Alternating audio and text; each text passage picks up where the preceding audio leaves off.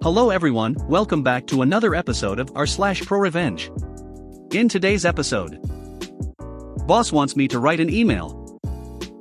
I didn't know being sick was first come first serve. Take a few days to cool down? I can do better than that. Before we get started, make sure to subscribe so you will never miss a video. So let's get started. Boss wants me to write an email. On mobile. Hi all, a little bit of background here. I am currently an executive for a large bank. My job is to manage the accounts for businesses that have an existing relationship with the bank. Specifically, I manage the credit card processing side, aka merchant services. About 6 years ago, there was a huge uproar within the organization about a new position opening up, the executive position mentioned previously. It would be a new team with amazing pay, flexible hours, and above all actual authority to make business decisions. It was a big deal. So naturally I applied. It would be a huge step up from my, then, job of managing escalations for the senior directors. Fast forward a bit and I'm hired. I joined the team in October, a few months after the team was started. So, 10 or so people had already started working with their assigned customers. I strangely was not given any accounts to manage. Instead, they decided to give me training modules to complete to get me up to speed. I'm cool with that. I figured it was a difficult job, so it made sense at the time. Well, I complete the silly modules in a few days and decide to walk to the manager to ask what he would like me to do. This is when I discovered this department was a clusterfuck. The manager informs me that those modules were all of the work that they could assign to me. They had already assigned all of the portfolios of customers for the year, and I would not be getting to manage customers until the new portfolios were approved. Having come from a world where everything is literally a dumpster fire emergency, I am confused. I assumed that I would be fired or something. Nope. My manager told me that I would be allowed to assist the other executives with their customers should the need arise. Not a single soul asked me for assistance. Understandable, since they were all trying to make the appearance that they were capable. So, every day I would sit at my cubicle with my feet on my desk, watching movies, reading books, and browsing Reddit. It was an unbelievably great way to support my family. Literally a dream job. I feel like I need to add that I did not receive portfolio to manage until March. Fucking March. 6 months of me entertaining myself on the company dime. I'm not going to lie, it was wonderful. Anyway, I finally get to do my job, which I am extremely excited about. My first order of business was to reach out to my customers and the team of merchant services reps that previously assisted the customers to basically let them know that there was a new sheriff in town. Not a single rep took me seriously. They knew nothing about my position or the responsibilities of my job. They assumed that I was just a support member that they could dump their problems on. It was a mess, and our management team did nothing to smooth over our role to the reps or their higher-ups. A day or two into the job, I am added to an enormous email chain with a customer, their accountant, several directors, and a VP of a partner banking channel. The long and short of it is that the customer was upset about the rates that we were charging them. I reviewed the pricing and offered a very appropriate alternative to their current pricing schedule. It was a small change to be sure, but it would have saved them in the neighborhood of $20,000 per year. My first mistake was assuming that the directors and VP on the chain understood that it was my call to make. My manager immediately gets a call from that VP ranting about my email. My manager comes to my desk, breathing heavy, asking me about the email. I explained what I was doing. I was 100% in the right, and my manager agreed. It was a good business decision, but the VP felt that they would get to set the pricing like it had always been done in the past. He wanted to gut our rates so that we made little to nothing on the customer. Well, I didn't work for his channel, and I refused to gut it. He wanted to gut the pricing on our side because that's not where he made his money. He made money on the banking side. He was forcibly trying to ruin my take to protect his own. My manager is in hot water, so he insists that he tell me what to write for the remainder of the chain. I do not like to be babysat. I've never really worked for this guy before, so I felt it was a good time to test the waters. While the Peter measuring contest is going on between the manager/VP, the customer fires back in an email that she completely agrees to the new terms. However, she also requires that we refund her the difference of fees for the last 3 years. Due to my manager's order, I let him dictate what I am going to write. This is where the malicious compliance comes in. He tells me to write that we can change her rates to the new pricing, or we can refund her the difference of fees. She cannot have both. For those of you in the know, this is an extremely bad move. For those of you that don't know, it is not a good business practice to give your customer an ultimatum if you want to keep them. In this situation, the customer holds all of the cards. I still have the email to show off in the office. I am going to cut out the personal details. Here is the email. I made sure to add the first bit myself. My manager's part starts at "You are entitled." I write exactly what he says. Keep in mind everyone and their mother is copied on this email. Thank you for your email, customer name. I have reviewed your request with my leadership, manager name. We appreciate the opportunity that you have given us to retain your business. You are entitled to the rate change or the refund. At this time, we are not prepared to grant you both of these things. We can get you the numbers on the savings if that would help. We feel that your request is unfair to our business. It is with a heavy heart we decline. VP name, manager name, said he got your voicemail. He said he'll call you back after we are done with this deal. Sent. I have never in my life sent such a disrespectful email like that. I was awestruck that someone like this was able to crawl his way up to such a position in the company. My first real experience with this guy was a living shit show. It sickens me to know that at the bottom of this email was my name.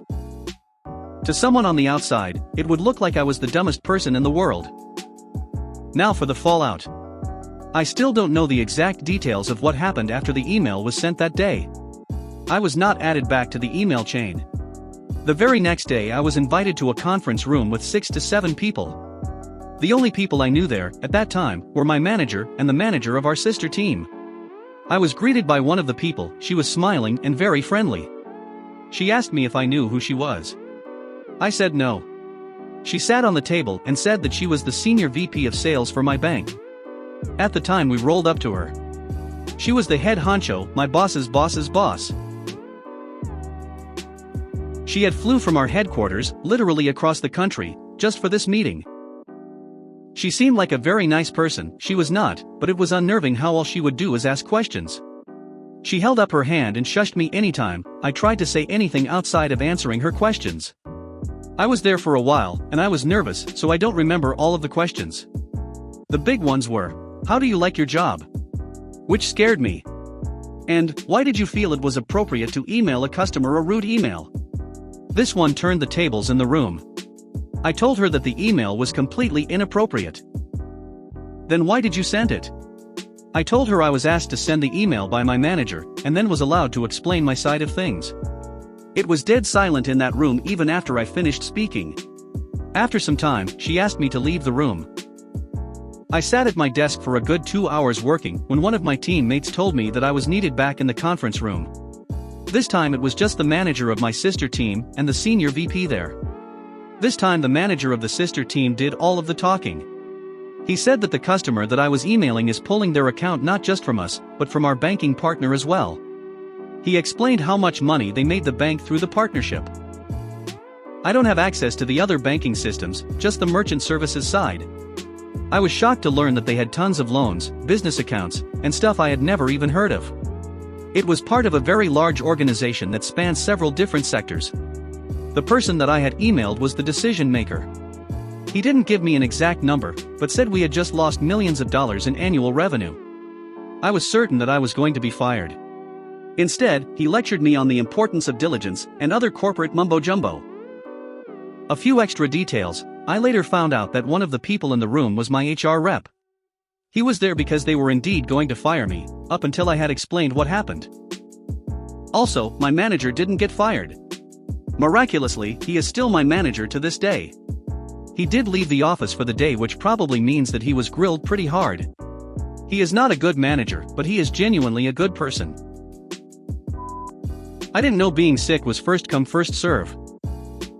So this happened to me a while ago, 2014-ish, when I worked at a fast food restaurant in the UK with a red-headed clown as a mascot, as well as for some of the managers there. I have tons of malicious compliance stories from this place, and one day, I will get round to posting them all, but for now here is this one. Now being an eating establishment, hygiene is very important, as you can imagine. The policy when I started there, and as far as I am aware is the same to this day, maybe even more strict considering the whole pandemic thing that's happening, was that if you were sick you had to have 48 hours off from the time you call in sick to ensure that you are better for returning to work so you don't poison the customers. Makes sense, right? I'm ill, I'm handling food, I'm going to get others sick.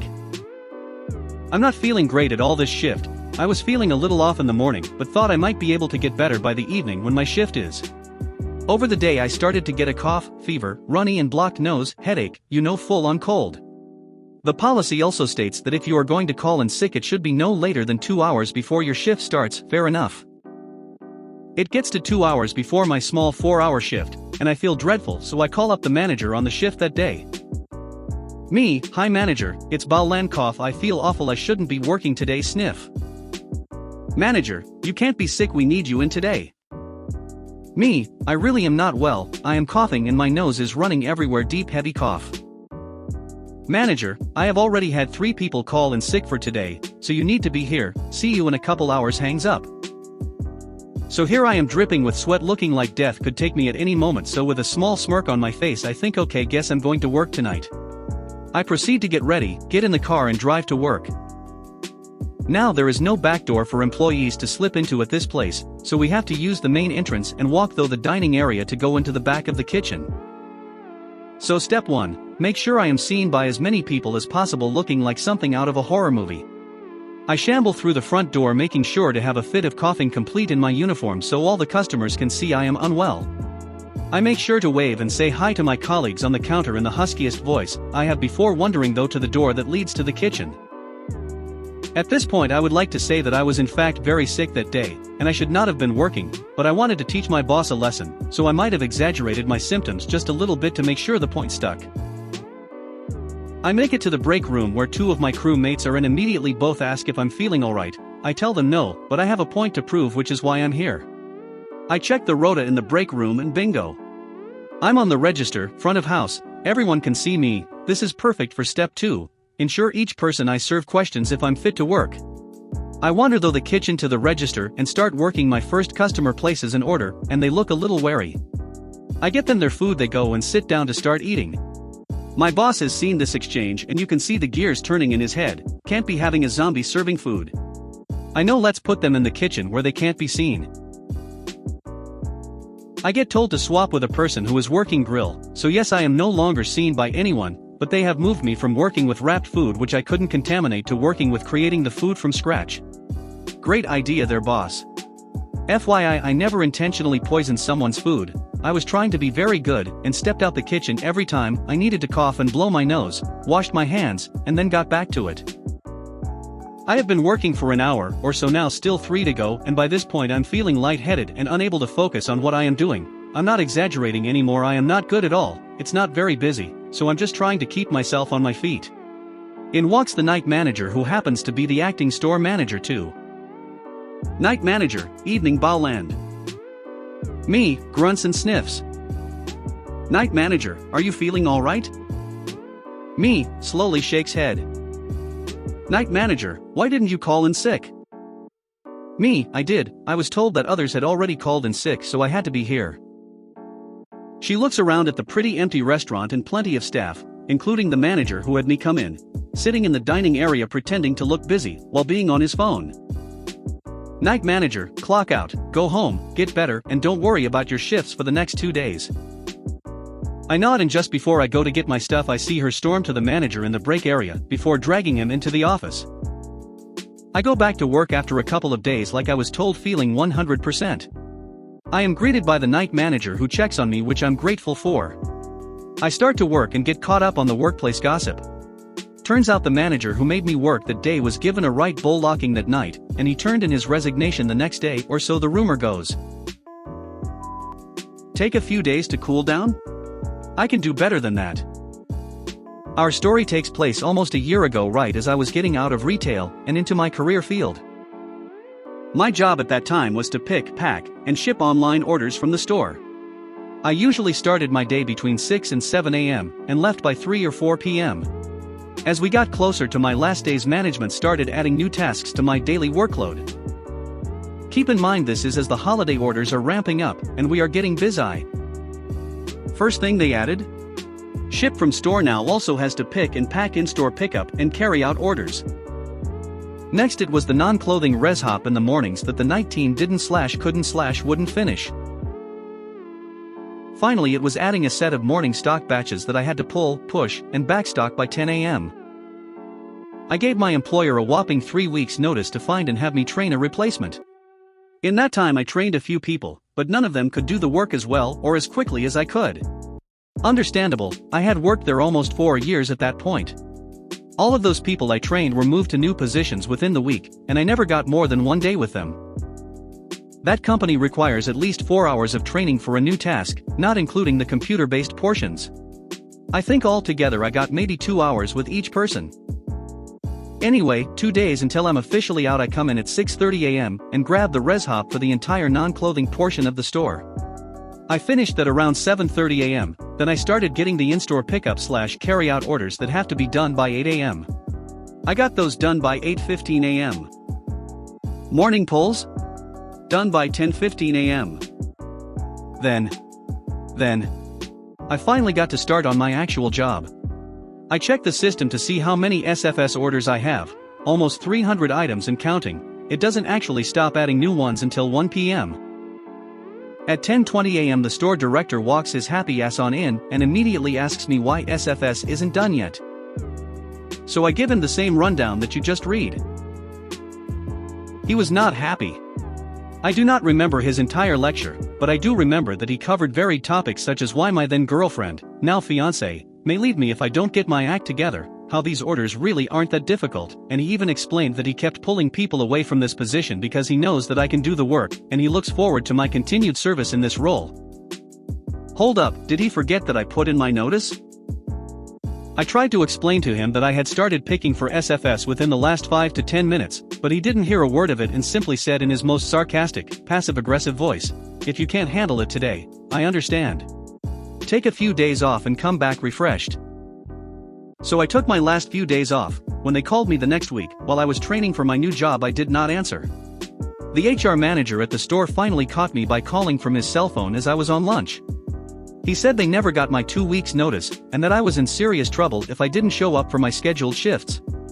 I told him, "Oh no problem, let me just add you to the email chain," and I forwarded him the email chain between me and the store director where I gave him 3 weeks notice, and he acknowledged it. Good day in my book. So glad I'm not in retail anymore. If you made it to the end of the video, thanks for watching. Don't forget to like, subscribe and share, and we will see you in the next video.